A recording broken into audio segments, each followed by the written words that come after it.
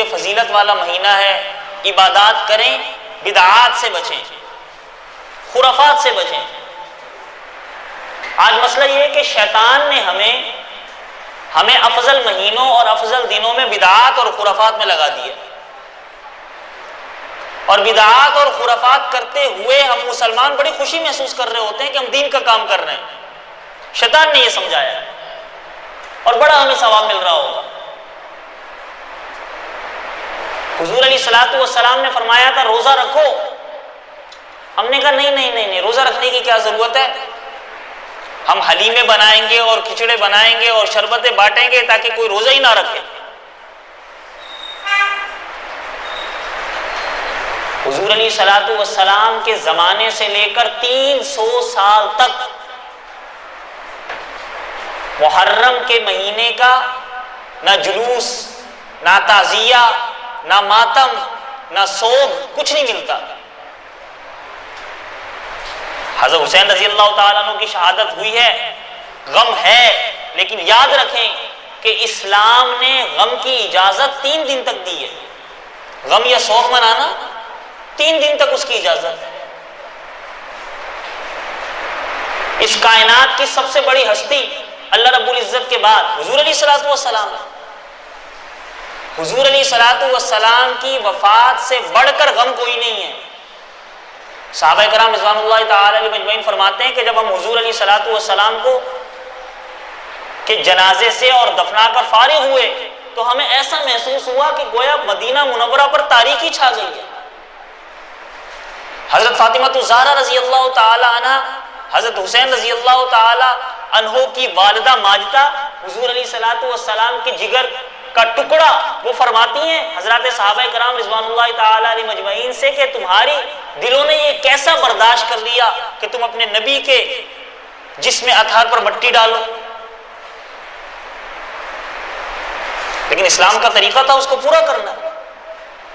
یہ کیفیت ہے حضرات صحابہ کرام رضوان اللہ تعالی علیہم اجمعین کی حضور علیہ الصلوۃ والسلام کی وفات پر۔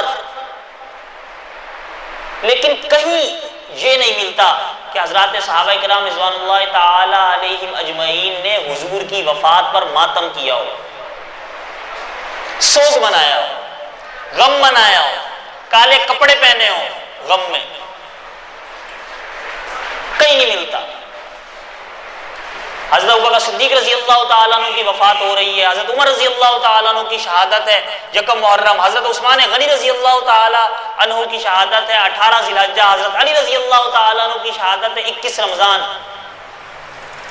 کسی ایک کی شہادت یا وفات پر غم، ماتم، سوگ کہیں ملتا ہو؟ 3 دن کی اجازت ہے، وہ بھی شریعت کی حدود میں۔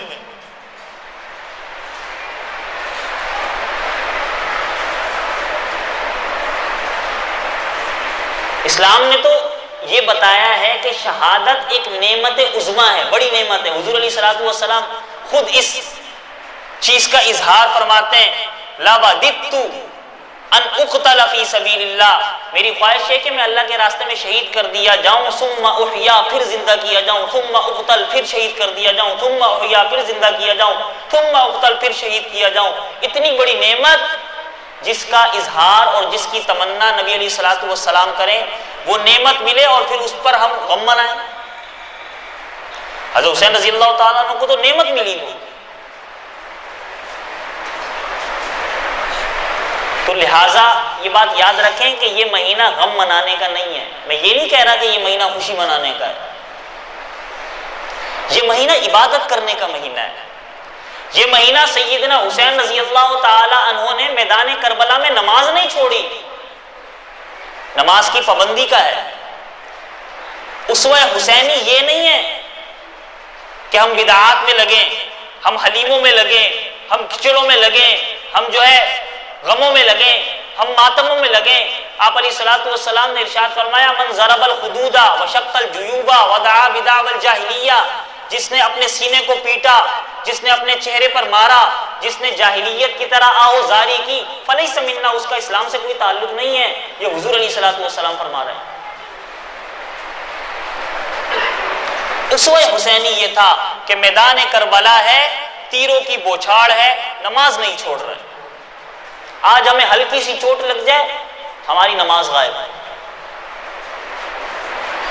تو میرے بھائیوں، دوستوں، بزرگوں، ہمیں اسوہ حسینی اپنانا ہے۔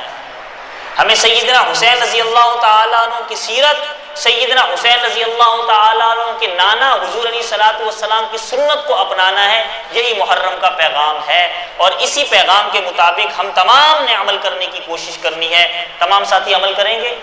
دعا ہے اللہ رب العزت ہمیں عمل کرنے کی توفیق مرحمت فرمائے، آمین۔ وما علینا الا البلاغ المبین۔